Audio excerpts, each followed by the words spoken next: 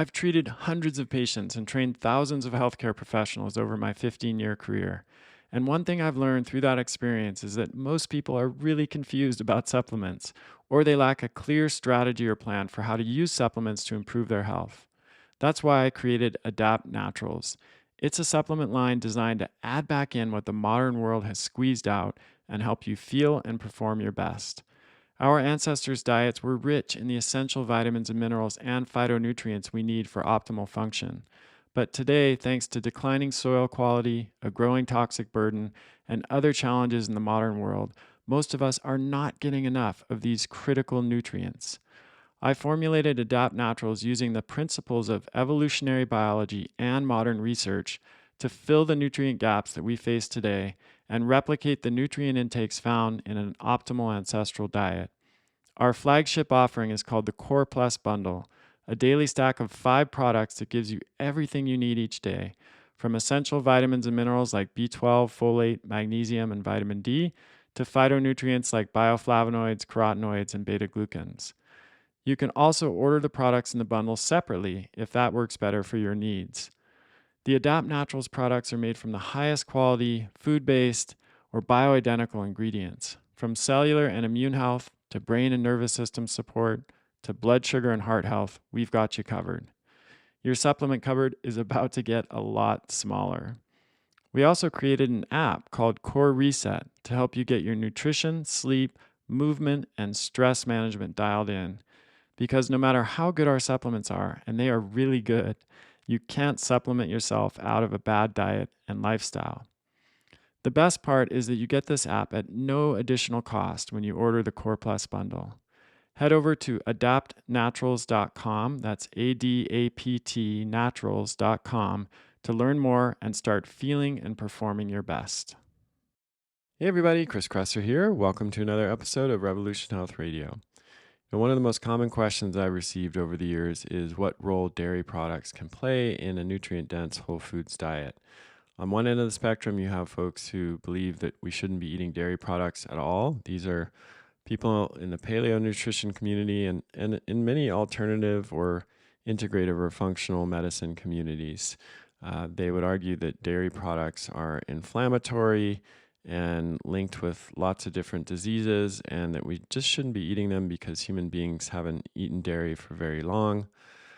And then on the other end of the spectrum, you have the conventional medical view, which is that dairy products are health promoting and should be included in the diet when well tolerated.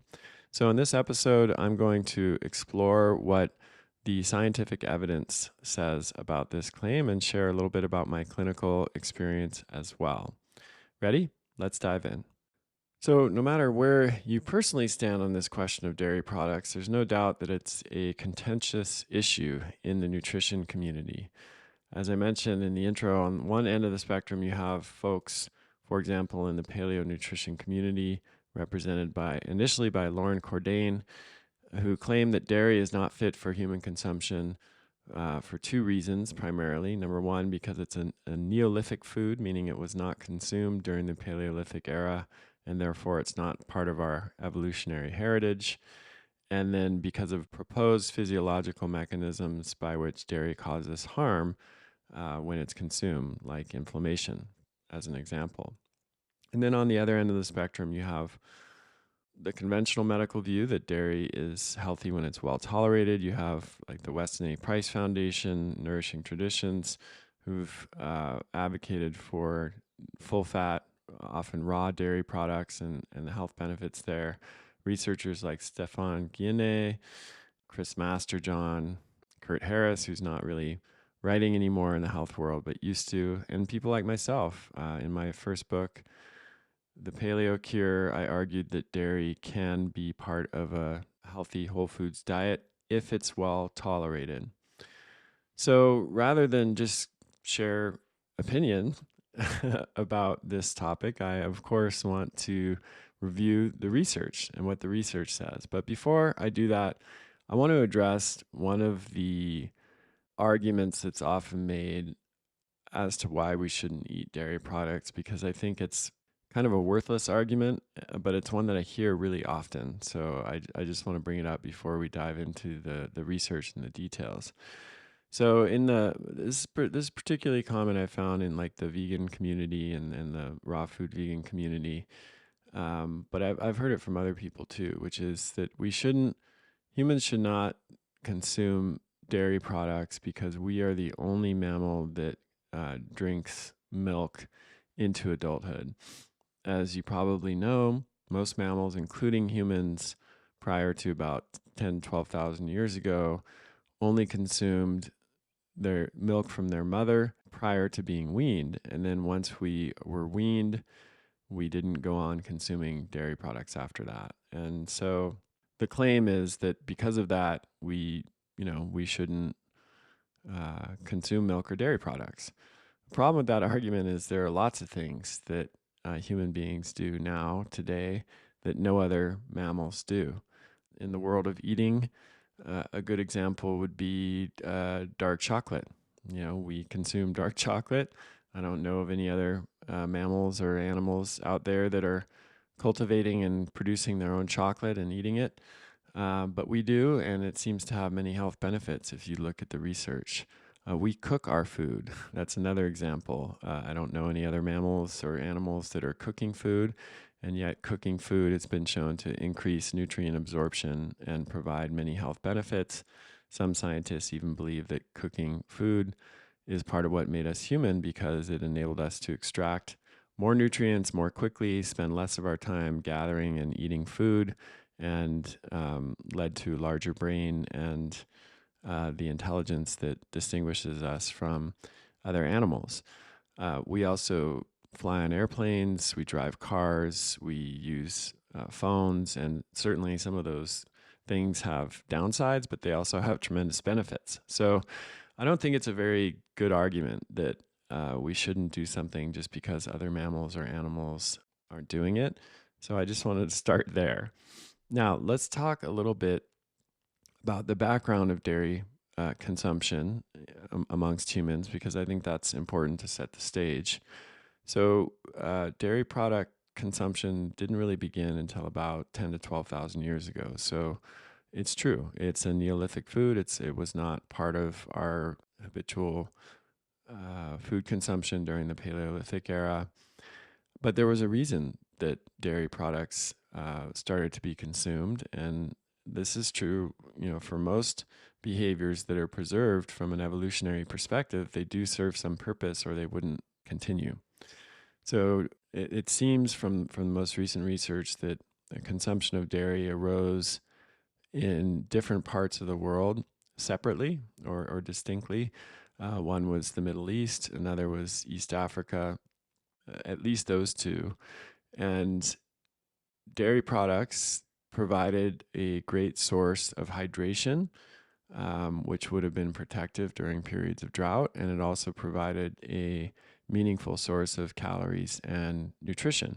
So, in those parts of the world where people began to consume dairy products, that behavior was preserved over time and then spread to other parts of the world.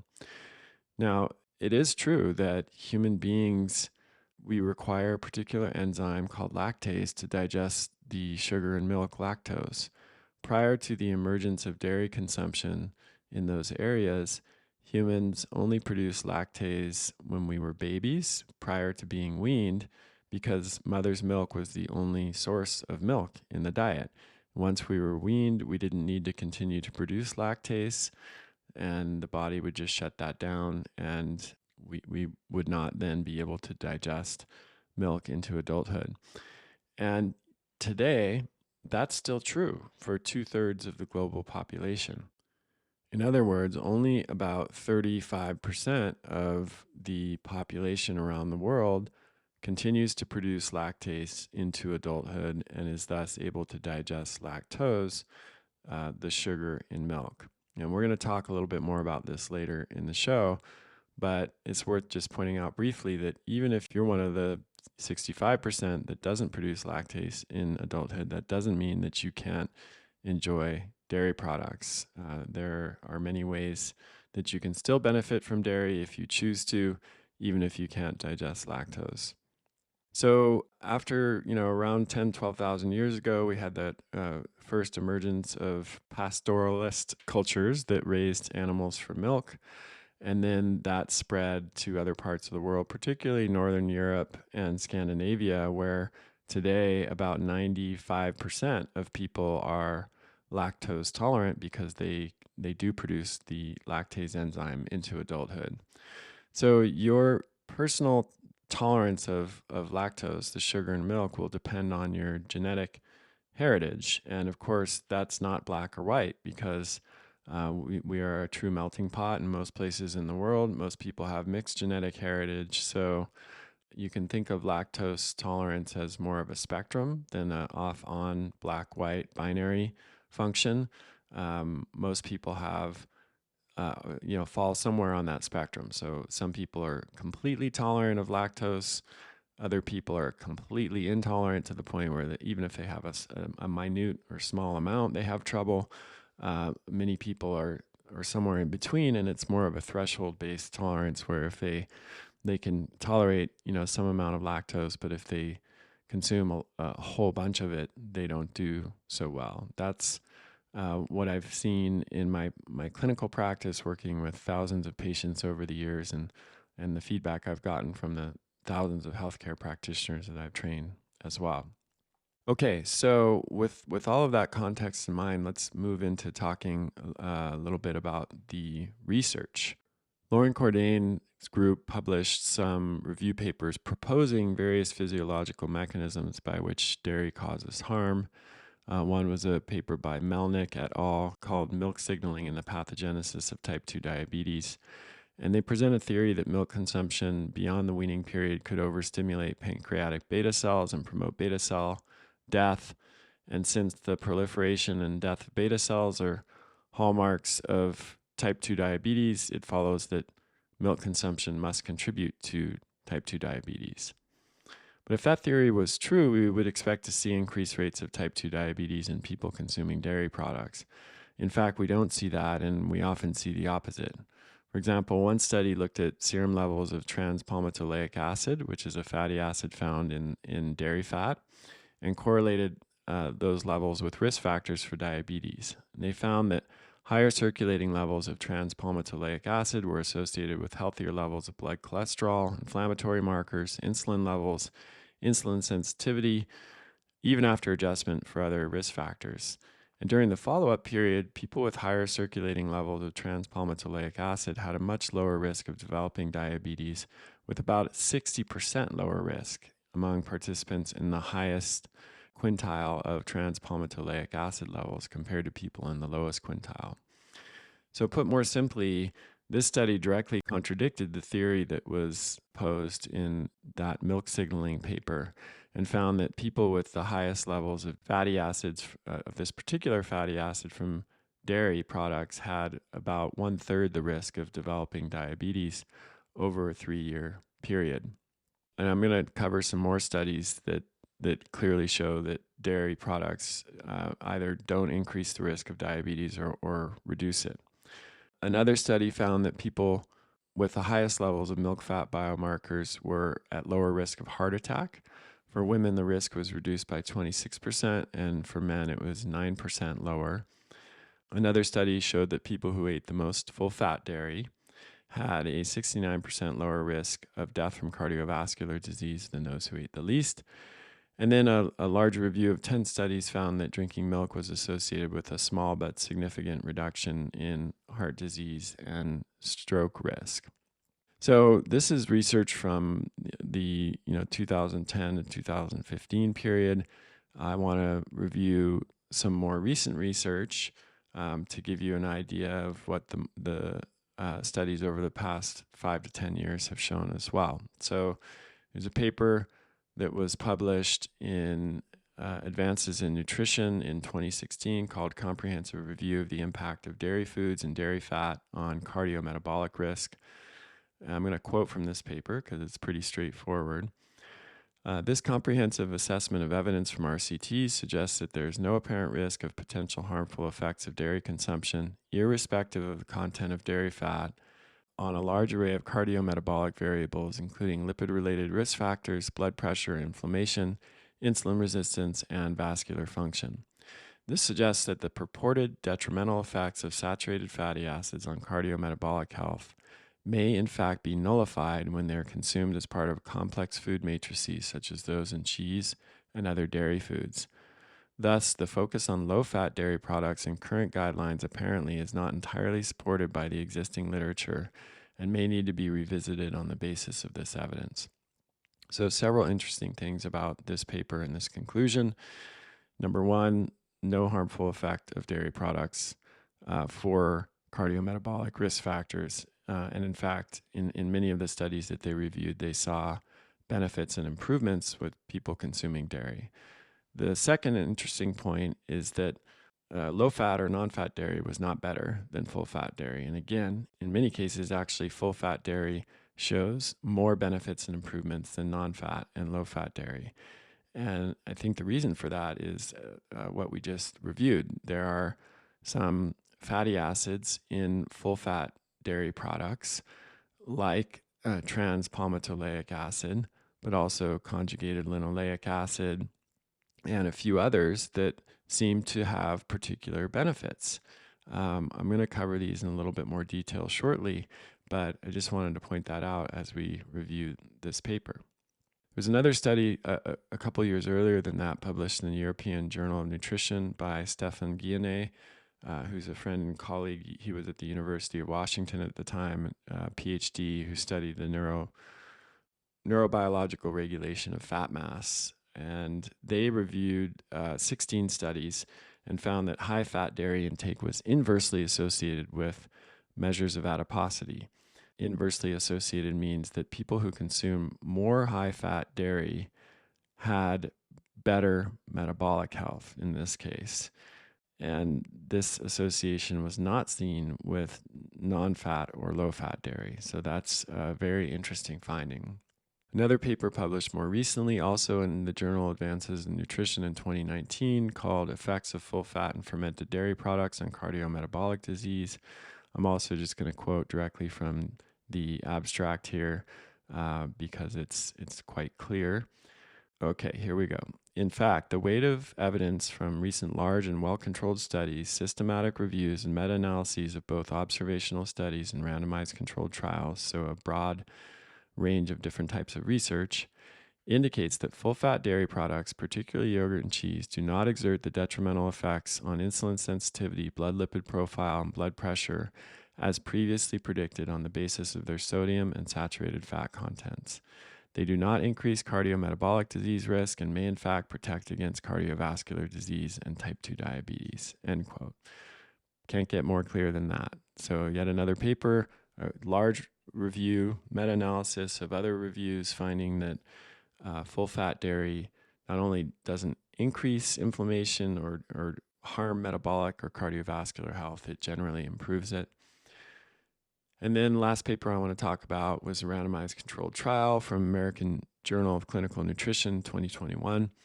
It's called Impact of Low-Fat and Full-Fat Dairy Foods on Fasting Lipid Profile and Blood Pressure.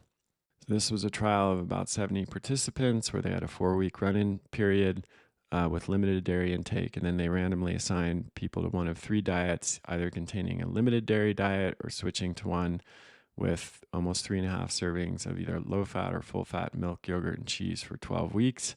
And they measured a bunch of markers, and they found that in men and women with metabolic syndrome, a diet rich in full-fat dairy had no effects on fasting lipid profile or blood pressure compared with diets limited in dairy or rich in low-fat dairy. Therefore, dairy fat, when consumed as part of complex whole foods, does not adversely impact these classic cardiovascular disease risk factors. I could go on. I'm just sharing a selection of the research to give you an idea, but there are tens, if not hundreds, of studies investigating this question. And as I've indicated from the reviews and meta-analyses that I've shared, the conclusion is quite clear. Dairy products and full-fat fermented dairy products in particular seem to have benefits for cardiometabolic function and several other markers of health. I've been writing and speaking about the harms of industrial seed oils for years. They're an enormous problem. They've been linked to widespread health and environmental issues, and yet they're in almost everything we eat. Zero Acre is here to change that. Their cultured oil is an all purpose cooking oil with over 90% heart healthy and heat stable monounsaturated fats. In fact, it has more monounsaturated fat than even olive and avocado oil, and it has a much higher smoke point and a clean, neutral taste, which makes it perfect for everything from cooking and baking to salad dressings. I use it to cook my eggs in the morning, ground beef, pretty much anything that I'm going to cook that might have a higher smoke point and that I don't want the oil to have an impact on the taste of the food. It's become one of my favorite cooking oils. And since it's made by fermentation, it has a 10 times smaller environmental footprint than other vegetable oils. I'm a huge fan of this product. I think you'll love it as well. And Zero Acre is offering our listeners free shipping on their first order. So go to zeroacre.com/Chris or use the code Chris at checkout to claim this deal. That's zeroacre.com/Chris. To live your healthiest, longest life, you need to understand what's going on inside your body. People age at different speeds, and generic annual blood work doesn't properly evaluate your biological age, but Inside Tracker does. Inside Tracker is a truly personalized nutrition and performance system designed to extend your health span and slow the aging process. Created by leading scientists in aging, genetics, and biometrics, Inside Tracker analyzes your blood, DNA, and fitness tracking data to identify where you're optimized and where you're not. You'll get a daily action plan with personalized guidance on the right exercise, nutrition, and supplementation for your body. Add Inner Age 2.0 to any plan to calculate your true biological age and see how you're aging from the inside out. For a limited time, get 20% off the entire Inside Tracker store.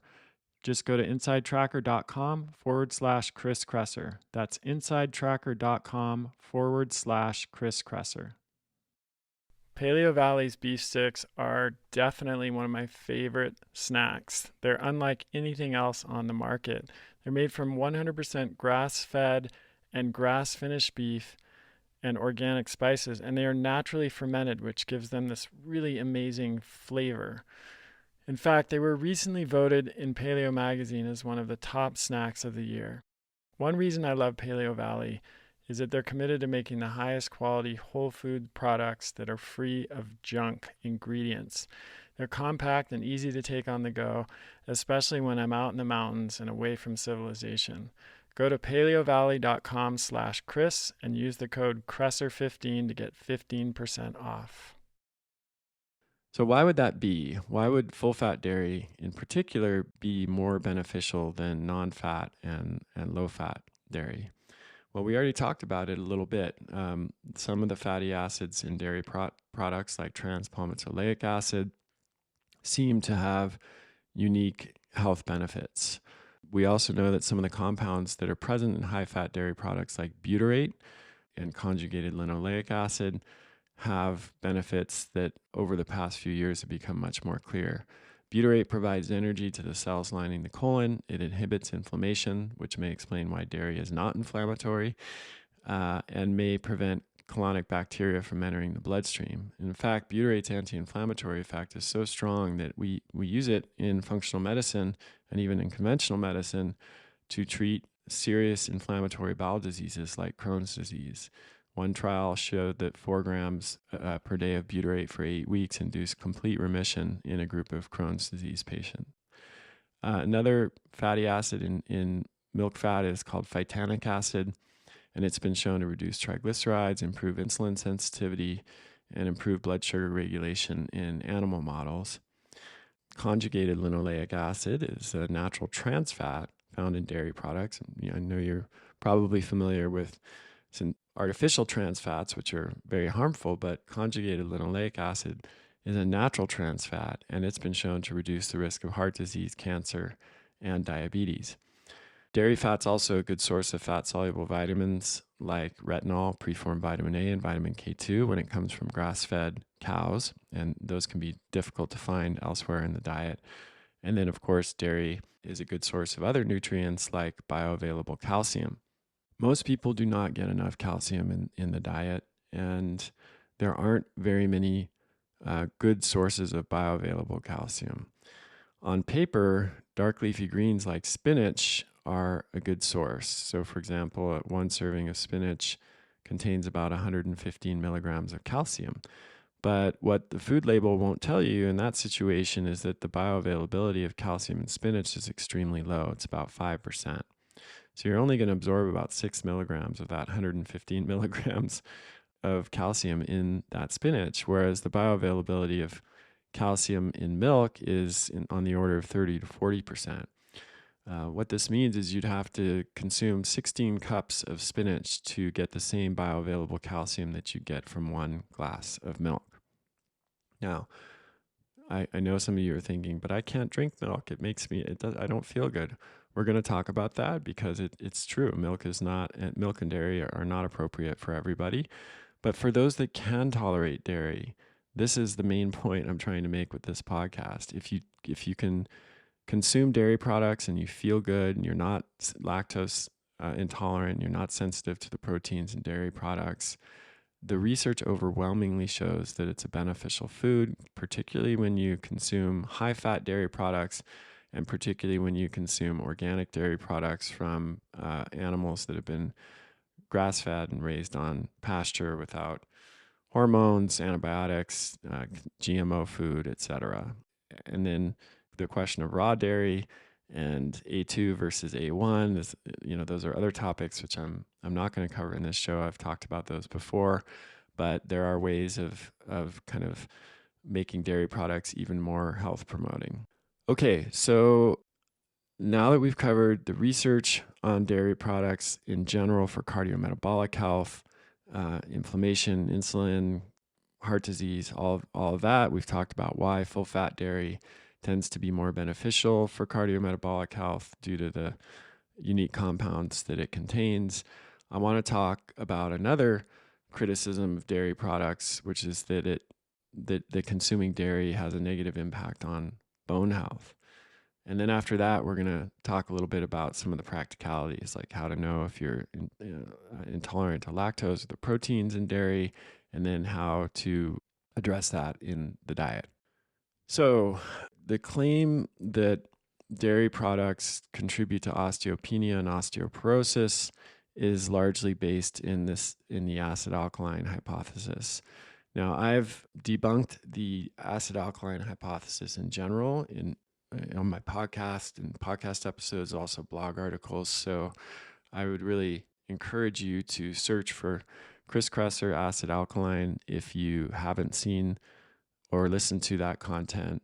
And if you still believe that the acid and alkaline content of foods that we eat makes a significant impact on our health, because there's just no evidence to support that and lots of evidence that contradicts it. I'm going to focus right now on the specific claim that dairy products acidify our bodies and contribute to osteopenia and osteoporosis. So again, this claim is based on the acid-ash hypothesis of osteoporosis. And the idea is that when we consume foods that are high in phosphate, they leave an acid ash after digestion, which lowers the pH of our blood. Then the body supposedly compensates for this to restore normal blood pH by stealing alkaline minerals like calcium from the bones, which then decreases bone density. Okay, so there are several problems with this hypothesis, and we can use a 2011 study that specifically addresses the dairy acid balance osteoporosis connection to highlight those. This study is called Milk and Acid Base Balance, Proposed Hypothesis versus Scientific Evidence. And the authors review both the acid-ash hypothesis in general and then the specific claim that dairy contributes to osteoporosis. And not surprisingly, to me at least, after reviewing the evidence, they reached the same conclusions that I have. The studies just don't support this hypothesis. First, they emphasize that urine pH is not indicative of systemic pH. In fact, except in cases of serious renal insufficiency, kidney disease, diet has no impact on serum pH. If it did, we'd be in a lot of trouble because the pH of our blood is maintained in a very tight range, and if it deviates significantly, we can die. So if human beings had to carefully monitor the acid-alkaline content of their diet, we would not have survived this long because, as you know, our distant ancestors didn't have any concept of acid alkaline balance. There were periods of, varying food availability. It wouldn't make sense from an evolutionary perspective that we could so easily alter such a critical factor that would determine our survival by just shifts in what we eat. Second, the bones don't even come into play in the regulation of serum pH. That's the job of the kidneys. Any acid ash that's left behind by the foods we eat can be easily dealt with and eliminated in the urine. And this is why your urine changes pH depending on what you eat. It's just a sign that your kidneys are doing their job.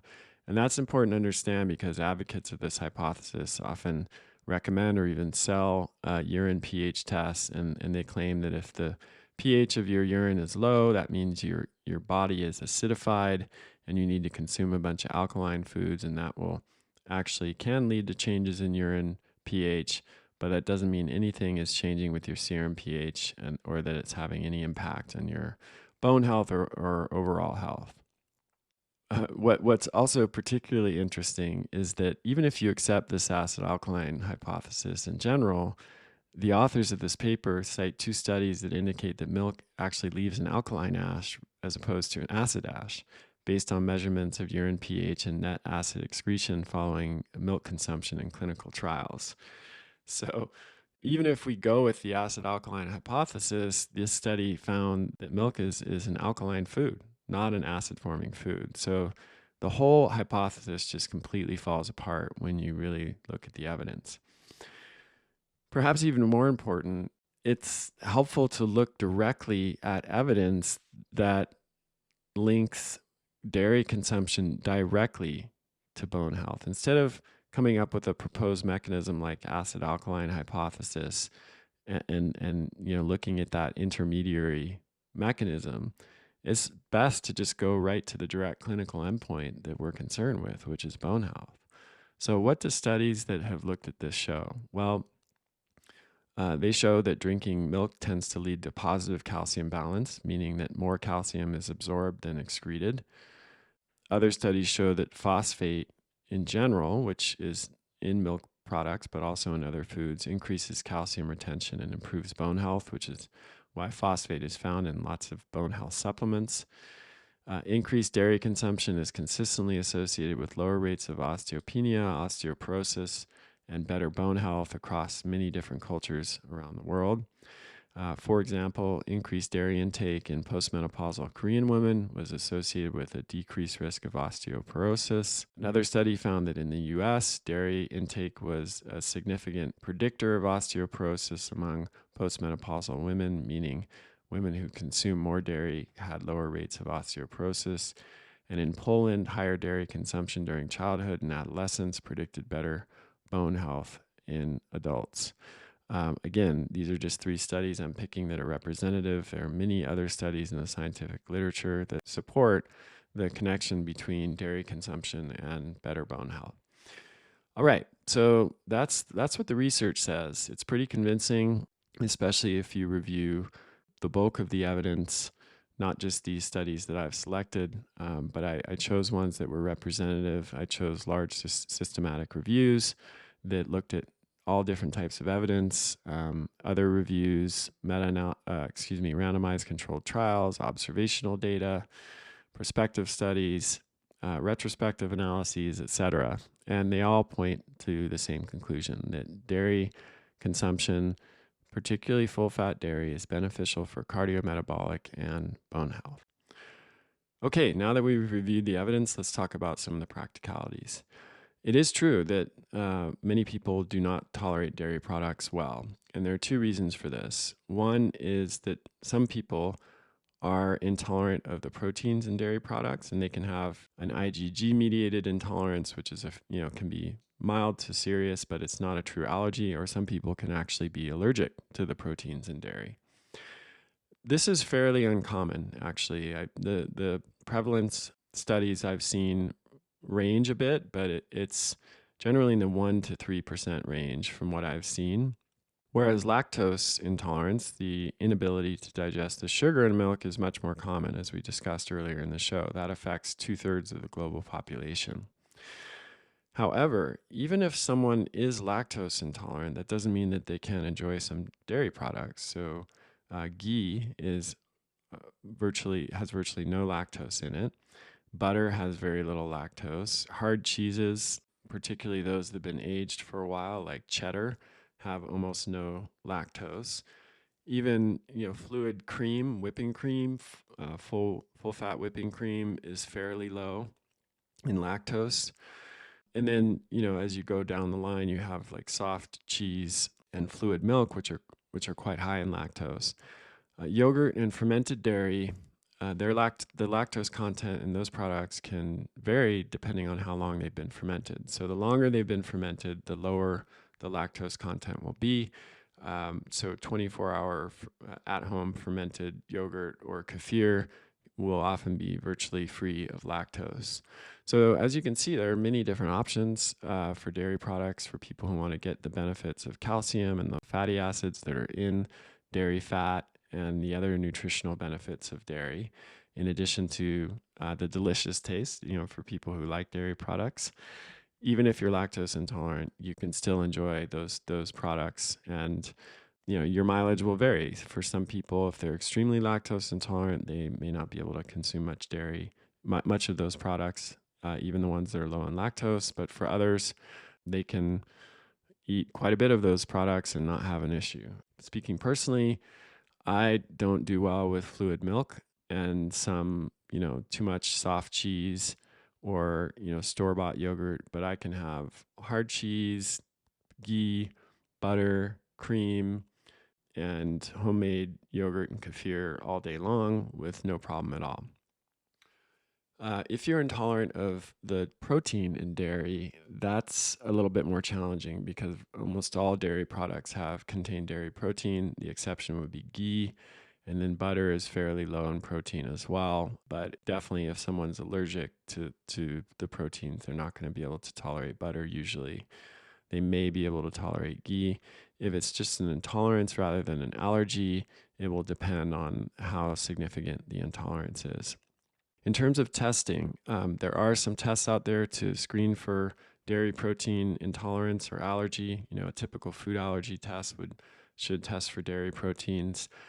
In terms of intolerance, there are labs like Cyrex. The Array 4 panel is good for dairy proteins, and then Vibrant Wellness has a food intolerance test that screens for dairy proteins as well. If you work with a functional or integrated medicine practitioner, you can probably ask them to order those tests if you want to know about your protein tolerance. When it comes to lactose intolerance, there are also tests out there, but I've found that the best and the most effective method, because it's more of a threshold-based condition rather than just a black or white binary thing, is an elimination provocation protocol. So you remove all dairy products from your diet for a period of time, and then you start to add them back in descending order of lactose content. So you start with ghee. Most people will be fine with that, even people who are extremely lactose intolerant. Then you go to butter. Then you could go to hard cheeses, which are almost free of lactose. Then you could go to 24-hour at-home homemade kefir or homemade yogurt. If you still do well with that, you could go down to store-bought yogurt and store-bought kefir, and so on down the line, soft cheese, fluid milk, etc. And if you're fine with ghee and butter and hard cheese, but then at some point you start reacting to dairy products, maybe when you start consuming, yogurt from the store or fluid milk, then you have some level of lactose tolerance. If you were intolerant of proteins, you would have reacted to the hard cheese because it's virtually free of lactose, but it has plenty of dairy protein. So hard cheese can be a good benchmark for differentiating between lactose intolerance and protein intolerance. But that's the general process I use in my practice with patients. It works pretty well. And since everyone's sensitivity tends to be pretty individual, it's often even more effective than doing the tests. So I hope this was helpful. I hope you learned something. It's interesting to me that dairy products are so hated on in the, alternative functional paleo communities, because when you look at the scientific evidence, it's clearly beneficial from a health perspective if it is well tolerated. So that's the crux of it. I do think it's worth pointing out that in all of the studies that I mentioned, they didn't segment people according to their tolerance of lactose or dairy proteins. And they just took a sort of broad sample of people.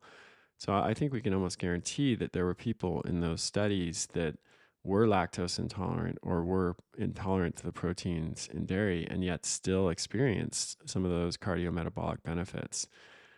That's interesting to me. I'm not suggesting that people who are intolerant of dairy should consume it. I don't think that they should, because I think it could be problematic in those cases. But I'm just pointing out that even without segmenting people, those studies still showed benefit. And if they had segmented people, perhaps they would have shown even more benefit.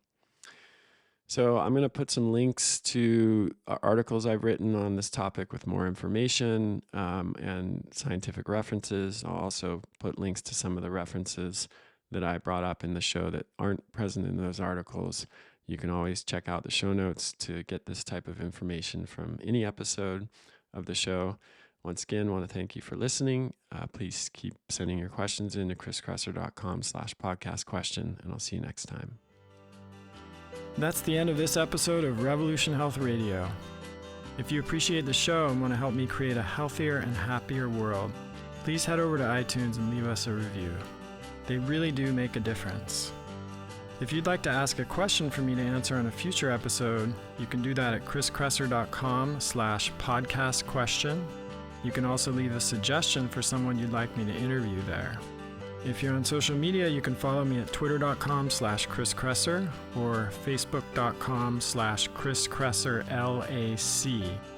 I post a lot of articles and research that I do throughout the week there that never makes it to the blog or podcast, so it's a great way to stay abreast of the latest developments.